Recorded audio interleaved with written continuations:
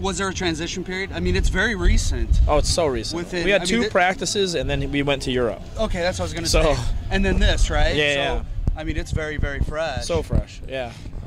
Any kind of transition period? A little bit. Like, if you think about it, like, none of the other bands that he has played in has ever played fast.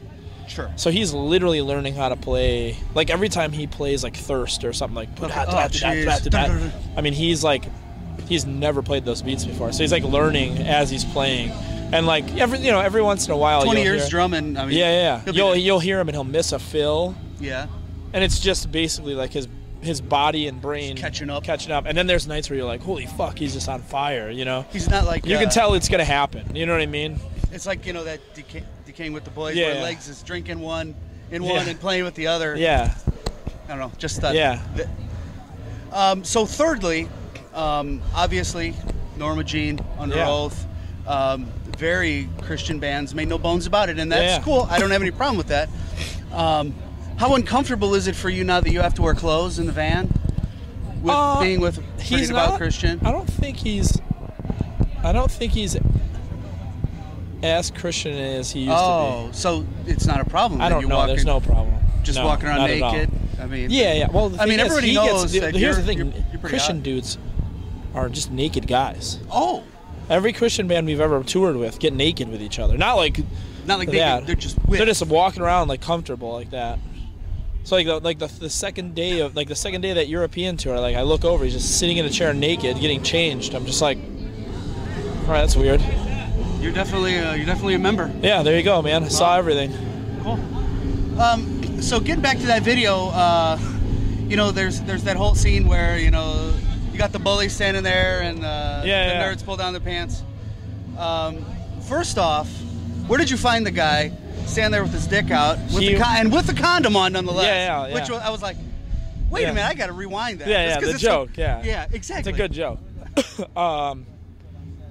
He was like a theater kid in Buffalo. Like we actually did like Doug, the guy who directed it. He like hit up all these like theater groups. We're like, hey, we're gonna need some actors to do some stuff. Blah, blah. Full frontal. And literally, like the guy was like, yeah, I'll do it. I'll please, I'll do it. And we were just like, all right, man.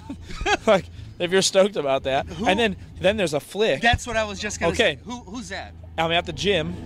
No joke. This is no bullshit.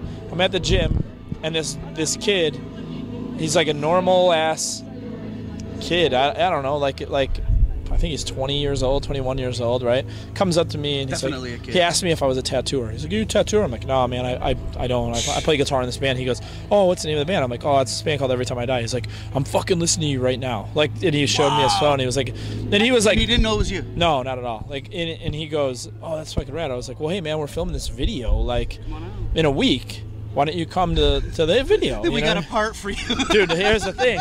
Because he's kind of like a jock kid, right?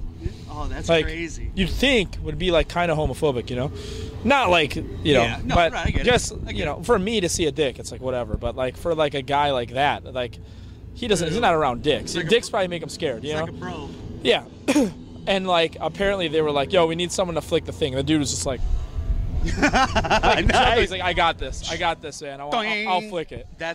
Yeah, it's like the funniest thing in the world. I mean, that whole fucking video, and it's got millions and millions of views. Yeah, is everything that I envision. Yeah. About your band. The just two in general go together. So yeah, that's great.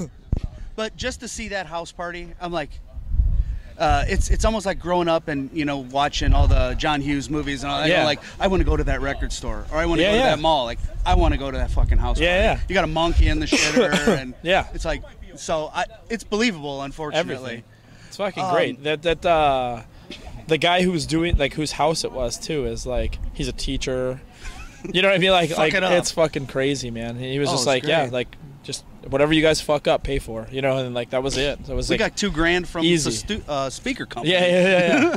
So that was it was like anything goes. There was a lot of shit we cut out of it. There was some crazy shit. Like we had a pro athlete literally in his outfit. Well, I don't want to name names. He might get in trouble. Well, I know that the hockey player, and I don't remember. From the Sabres was in there, and all of a sudden he jumps up and he's like, yeah, whoever it was punched him in the face. I'm like, this is fucking wild. Well, there was like a scene that got cut out where there was like a mound of coke in front of him, and he was like, oh no. And then the sloth had like coke all over his face. Oh, it wasn't really coke. It was flour. It was flour. Flour. Would not let that happen, but yeah, it was flour. But that was like a gnarly scene, and then we went to see Mastodon with him, and I go, dude, it's fucking insane that you're totally letting us like leave that in there. And then he like thought about it. Wait a minute. No joke. I'm not even kidding. Like me, Keith, and I think Mitch was there. We all looked at our phones. We had a new email, and it was like our manager going like, "So this scene got cut out." Blah blah. Because I guess like he turned around and he was like, "Get this fucking out of here!" Yeah. Jeez. Wow. So you're very open about your dad being, I mean, your first push into music. Yeah. You know, the Black Flag record. I mean, all those things. What's the first show he took you to, or that you went to him with? To with him? I wouldn't say like he took me to like blues concert. He took me to see like Stevie Ray Vaughan, and he took me to see John Mayall Blues Breakers, and stuff like that. But like the first thing he took me to, holy shit, he took me to a Sig of It All show in like 92 or something like that. Damn. Somewhere around there. I mean, I was so you're about 15 young. I was probably 13, somewhere around there, 12. Okay. But he saw like Bad Brains and shit like that. Like he saw cool band, like really rad bands. Not saying Sig of It All's not bad. No. They're the fucking raddest band ever, but the original. Yeah, he saw like Bad Brains and shit like that. But that was like, I mean, that was insane. It's funny, like, there's a, I don't know if you fucking want to go to this, but there's a thing called at Buffalo Show Flyers. Okay. And it's a new like Instagram thing. It's all these old flyers where like Vogel's throwing shit in. Like all these like old Buffalo dudes are throwing these like things in, and it's fucking insane the shit that you see, like just that people hung on to, you know, these flyers over the fucking years. You know, that being said, with Buffalo, what's the best band to come out of Buffalo other than Every Time I Die? There's so many, man. The Goo Goo Dolls are fucking awesome. Cannibal Corpse came out of Buffalo. Really? I didn't know that. Yeah, they came out of Buffalo. All those dudes are old Buffalo dudes. Well, you got all that fucking snow. I mean, what are you going to do in the winter? Well, those just fucking moved to Florida. Like, they bailed. As soon as they started making money, they were gone. Of course. But as a kid, what are you going to do? Just in the fucking in the basement jam? Riff. Yeah. Buried Alive was still to this day. I mean, that's like a band that, like, I wish... I mean, I love Terror, but like Buried Alive was just on another level. Like they were so ahead of their fucking time. Okay. Snapcase was fucking awesome. I mean, I know the list can go on. Yeah, I mean, it's just fucking Earth Crisis. I mean, unreal. Well, they're in New York, Syracuse, but we were all kind of the general same. principles. That area, yeah. I mean, that whole what a fucking hotbed. Yeah, I mean, you could throw Toronto in there. Like all of our bands were all playing together. I mean, we were kind of like the late. Like Earth Crisis and all that, and Snapcase. I mean, we were kind of like the next generation after that. But like, fuck, man, that was like, what a time. I mean, there was like any weekend you would see fucking legendary bands. And not that at that time they were. Yeah, you wouldn't like look at it as like, oh yeah, it's, you know, like I remember seeing shows where you're like, it's fucking Earth Crisis, Candirius, Snapcase, Buried Alive, you know what I mean? Like all these bands would fucking play, and then you see the flyer and you're like, what the fuck? Like that looks like a festival, you know? I went last fall and I saw Off. Yeah, great band. And maybe 150 people there in Chicago at the Bottom Lounge. And I was like, what am I missing here? Yeah. Because I mean, this is, you know, Black Flag, Circle Jerks. This is it. Yeah. Mario Rubalcaba playing drums. That's like, you have 411. Just on that dude alone, he's got legendary bands. He's the drummer. I was just like, what is everybody else not getting? But, you know, unfortunately, you know, they missed a killer fucking show. Of course, man. But that's the thing. Like, I wish that I wasn't. I don't consider myself to be jaded at all. There's certain things that kind of bum me the fuck out, but like. Overall, I can say that like I'm 37 and like I can hear new music and go, that's rad. Right. Not go like, whoa, they just sound like this band. Back in my day. Yeah. and I don't ever say that. You like what you like. I mean, and that's kind of how I. With this though, like I fucking go to so many. I play 230 shows a year. So like for me to go to a show, I don't have the feeling of like I saw something fucking special tonight. Right. Because it's just like, you know what I mean? Like, Absolutely. like tonight is going to be fucking rad as fuck. So like for every time I die, I'll remember like this show because it's going to be fucking off the wall. Wow. But like when I go home, like there's a show this weekend, like Home Wrecker, like it's Home Wrecker, Disgrace, and God's Hate are playing in Buffalo. And like I looked at the flyer, I'm like, fuck, I wish I could go to that show. And then I would, if I was home and I went to the show, I wouldn't get the same thing. It was like when I was 13 and saw Sick of It All. Like, you know what I mean? Like, because I've seen so many shows. Well, and you know, with that being said, you know, it's like, hey, what's going on? What's going, you know? Yeah, there's a certain, you know, the whole disguise thing that you can't control. Can't say that. Well, the new Disgrace record is so fucking awesome. But I'm just saying, I would freak out. I mean, there is an immune.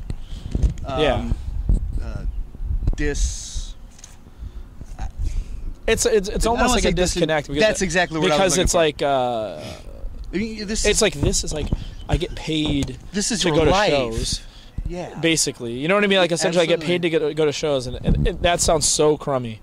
But I mean, true. That's the thing. Like I get paid to play guitar and go to shows, and I see bands all the time, and like it would be fucking sick if I could take 1 year off. And I never would say that, but I just said it. So, but like I would never want that to happen. And then like thinking about it, I would be miserable for a fucking year. But I would get that like feeling back where like if a fucking band came, like if Converge came to Buffalo, I'd be like, oh my god, that show was fucking unreal. Off that fucking stage. Yeah, I'd freak the fuck out, you know. Yeah. So, one more Buffalo question, just a couple more, because it's getting dark. Because we've probably gone way over our time. That's fine. Yeah. Who has the best wings, Anchor Bar or Duff's? I'll tell you what. You guys are from Chicago. Yeah, essentially. Okay. So like Chicago has what? Italian beef. Yeah. And I'm trying to think of pizza, sausage. You guys are like that type of. There's a Polish community there. Sure. Same with Buffalo. I think you guys have the largest Polish community in the United States. Is that right? And then Buffalo has the second. Jeez. Yeah. I don't know why I know that. Well, probably because we're number 2. So, yeah. It's the most subjective thing. So, like, if someone comes to Chicago and they say, hey, man, like, I want to get some Chicago pizza. Yeah. You're going to have your spot. Yeah, he's going to have his spot. You go to Giordano's. Yeah, of course. It's like that in Buffalo. Like, well, what's your spot? My spot? My buddy Joe, there used to be this band called Rhinoceros. Okay. I don't know if you have this old straight edge band from Buffalo called Rhinoceros. My buddy Joe opened a bar or a pizza place right in downtown Buffalo, and it's killer. So, like, I'm always subjective to send people there. Okay, go there. This is my guy's spot. There's a place right down the street from there called Gabriel's Gate. Yes, I've seen that. They have fucking unreal wings. Okay. Anchor Bar's cool. There's a place called Duff's that's rad. Pretty much, there's not. So it's just, I think like we're fucking nitpicking because we're so fucking spoiled. Good is good, and that's it. Good is good. If you're from out of town and you come to Buffalo, you'll get a good wing anywhere you go. Doesn't matter. It doesn't matter. Sweet. Yeah, I mean that's literally. That's same thing. Where should I go for pizza? Yeah. Of course. You go to one of the 4 main joints. And the thing is, if you grew up next to that one place, that's your spot. I mean, that's just what you ate when you were a kid. So, like, good point. That's exactly how it, like, with me, you know, when I eat wings, I'll just go to the pizzeria by my house because it's there. Yeah. And it might not be as good as fucking Anchor Bar, but, like, it's mine. You know what I mean? And it's right next door. Exactly. So... if every time I die was a sexual position, what would it be? Oh, reverse cowgirl, of course. And why? You got to give me a why. It's just wild, man. It's got cowgirl in it. You're looking backwards. You're looking at a butthole. There's a lot of weird stuff going. It's good. Reverse cowgirl probably. Okay, cool. Yeah, it's not the norm. Oh, you're right. I don't know. Yeah. I don't use. I said that real quick. Yeah. Like I was already on there. I just knew the answer to that one. Yeah. Okay. Yeah. Last but not least, where are you at with your professional wrestling career? Well, and I know I just watched you did a podcast. Yeah. Oh, straight shoot, yeah. Yeah. Oh, the Aubrey. Man, she would not let you get a word in edgewise. She's great, though. No, I don't dispute that. Katie's and unreal. She's easy to look at as well. Of course. But you'd say something. Oh yeah. It's like, yeah. But it was cool because I mean, was fun. it was. That's totally different from me, man. Like I'm usually used to talking about music, so like. And that was in depth. I mean, you guys started talking. Yeah. I was like, wow. The thing is, like, you could ask the dudes, man. If any of these dudes came out right now, like, dude, I'm studying nonstop, so I'm constantly watching fucking clips and just trying to understand dudes. I mean, there's like certain dudes that I would like to emulate, not steal, but like. Just the way I want to be when I get in the ring, but and I know the background is you had trained, you blew your knee out. Yeah. Well, this is a backup plan. It's worked out okay. Yeah. I mean, okay. And, pretty. And okay. now with I don't remember his name, the MMA guy. Josh Barnett. Barnett. And so on and so forth. So now you're like, fuck it. Yeah. Let's roll. Yeah, that's it. So that being said, what's your name going to be? I'm going to stick with my name. I'm going to stick Andy Williams. Yeah, I'm going to be... Are you going to be heel? I would love to be heel, but I don't think people... Like, if anyone knows me, I'm like the fucking but I'm sure they could believe it. Yeah, like a wrestling fan, I think, can believe it. But I want to bring our kids to that world. You know what I mean? Because it's so cool, man. Like, it is. We grew up... I mean, I remember watching the first WrestleMania in like a 3,000-seat... place with closed circuit. You guys don't even, I mean, Chicago is so fucking rad. You had like Dick the you had Bruise, Punk, dude. But you had, now you're going way I'm back. dating myself. Because, Dick the Bruiser was sick. The Vern Gagne out of Minneapolis. Yeah. But that whole, Chicago is like unreal, man. Colt and fucking CM Punk, Chris Hero, all those dudes went through fucking Chicago and wrestled at like Windy City and shit. It's unreal, man. Like, you guys are spoiled. In Buffalo, we had a few dudes, and there's like a couple smaller feds, but nothing like you guys have out here. Well, what would your finishing move be? Right now I'm leaning towards this thing called the Falcon Arrow, and it's fucking sick. Okay. It's like you want to do it? No, it's like we're not gonna do it. It's like a suplex that you end up sitting with the person. If you look up, clip this to it. Yeah. The Falcon Arrow by Hayabusa.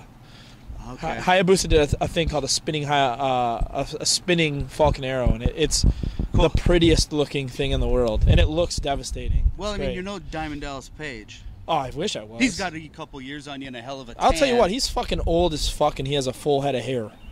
I wish. I'm fucking 37 and I'm bald. No, join the club. Yeah. No kidding. I'm shot.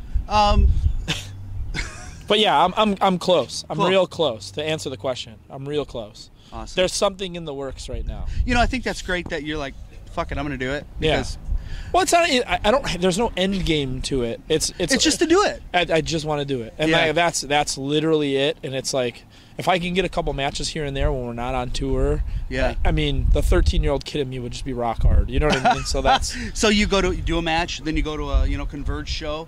Yeah. And you don't even need to go home and knock one off. Exactly. I'm fucking stoked. Like that's what I want to do. While I can, I want to do it. Yeah. Sweet. Well, that being said, keep your eye out for the heel Andy Williams. Yeah. Well, I'm way more babyface, but you never know it with the bush he's got on. Yeah.